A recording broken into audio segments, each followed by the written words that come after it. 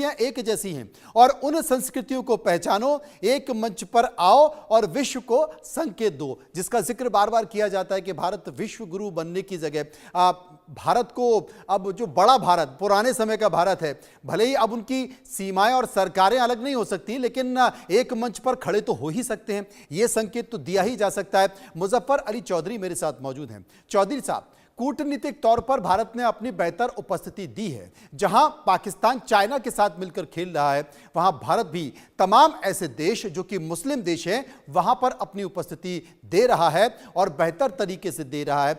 कितना बड़ा नुकसान पाकिस्तान के लिए?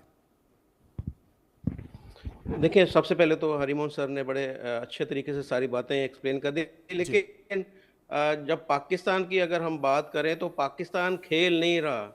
पाकिस्तान हमेशा से दूसरे की खेल के अंदर एक खिलाड़ी बन के होता है कि उसको इंस्ट्रक्शन दी जाती हैं और वो अपनी मर्जी से उसने कोई चाल नहीं चल ली। पहले जैसे हमने देखा कि अमेरिका के कहने के ऊपर हमने जो अफगानिस्तान की जंग के अंदर क्या अपने देश का हाल किया, अब अमेरिका पीछे हट गया तो हम चाइना के पीछे चल पड़े कि चाइना जिस तरीके से कह रहा है कि बांग्लादेश के अंदर ये होना चाहिए, या इस खित्ते के अंदर जो है चाइना की एक बालादस्ती को बढ़ाने के लिए, मैं ये नहीं समझता कि चाइना की बालादस्ती है मौजूद है भारत के होते हुए, लेकिन उसको कैसे बढ़ाया जाए, कैसे उसका इन्फ्लुएंस बढ़ाया जाए, उसमें पाकिस्तान एक किरदार अदा कर रहा है। लेकिन उसमें अगर देखा जाए तो मुझे कोई ऐसी चीज़ नज़र नहीं आ रही कि कोई इसमें कामयाबी हो। जिस तरीके से हमने देखा कि पहले भी मोहम्मद बिन सलमान को लेकर पाकिस्तान के अंदर बहुत सारी बातें हो रही थी कि चाइना ने पाकिस्तान और सऊदी अरब के जो ताल्लुकात ख़राब हुए थे उनको बेहतर बनाने की कोशिश की है।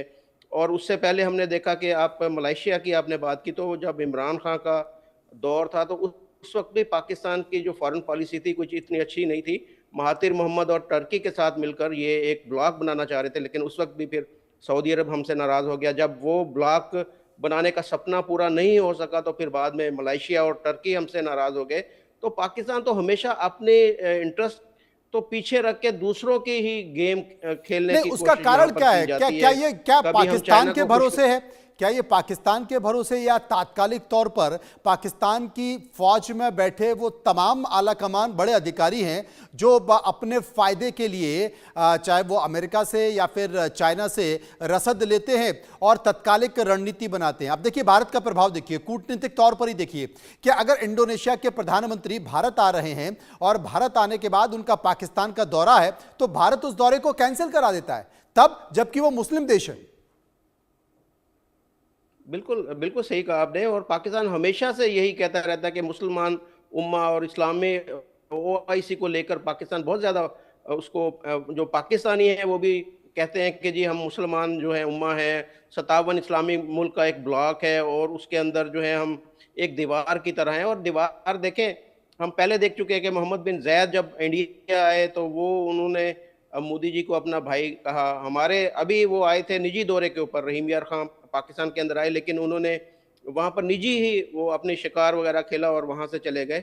इससे पहले मोहम्मद बिन जो सलमान है उनको लेकर बड़ी कोशिश की गई थी पाकिस्तान के अंदर और बोला गया था कि जी 50 बिलियन के करीब पाकिस्तान के अंदर वो इन्वेस्टमेंट करेंगे, लेकिन वो बातें ही रहीं और वो ना वो पाकिस्तान आए और ना ही यहाँ पर कोई जो प्रोजेक्ट का यहाँ पर वादा किया गया था वो वादे पूरे हो सके। तो ये एक पाकिस्तान, असल में जो मसला है पाकिस्तान का या पाकिस्तानियों का या हमारी जो हुक्मरान है उनका, कि ये इन सारी चीज़ों को नहीं समझते कि आजकल जो रिलेशन होते हैं, आजकल जो चीज़ें चलती हैं वो बायलैटरल जो इंटरेस्ट के बिना पर होती हैं। कि अगर आप चाहते हैं कि आपको कोई फ़ायदा पहुँचे किसी कंट्री से, तो आप दूसरे को क्या फ़ायदा पहुँचा सकते हैं। तो अब देखें, भारत के साथ कोई रिलेशन अगर बेहतर बनाना चाहेगा तो उसे पता है कि दुनिया की सबसे बड़ी डेमोक्रेसी है और उसकी जो इकोनॉमी है इस वक्त दुनिया के नंबर, जो उसकी जो रेटिंग जा रही है, जो जीडीपी ग्रोथ रेट है वो दुनिया का मेरे ख्याल में नंबर 1 पर है। वैसे ओवरऑल अगर पोजीशन देखी जाए तो वो तीसरे चौथे नंबर पर इस वक्त जा रहा है। पाकिस्तान कहाँ पर स्टैंड कर रहा है, पाकिस्तान के अंदर इकोनॉमी कहाँ पर है वो सारी दुनिया जानती है। और पाकिस्तान के प्राइम मिनिस्टर ये खुद बात कर चुके हैं कि मैं जहां पर भी इंटरनेशनल फोरम जहां पर भी जाता हूं, लेकिन तो पाकिस्तान जब भी देखो धमकी युद्ध की देता के रहता है, पाकिस्तान जब भी देखो धमकी युद्ध की देता रहता है, वो बताता है कि मैं न्यूक्लियर स्टेट हूं, वो बताता है कि मेरे पास कितने वेपन हैं, लेकिन अब यह दौर वो दौर नहीं रहा, क्योंकि अब युद्ध सिर्फ सीमाओं पर नहीं लड़ा जाता, बल्कि युद्ध कूटनीतिक तौर पर भी लड़ा जाता है।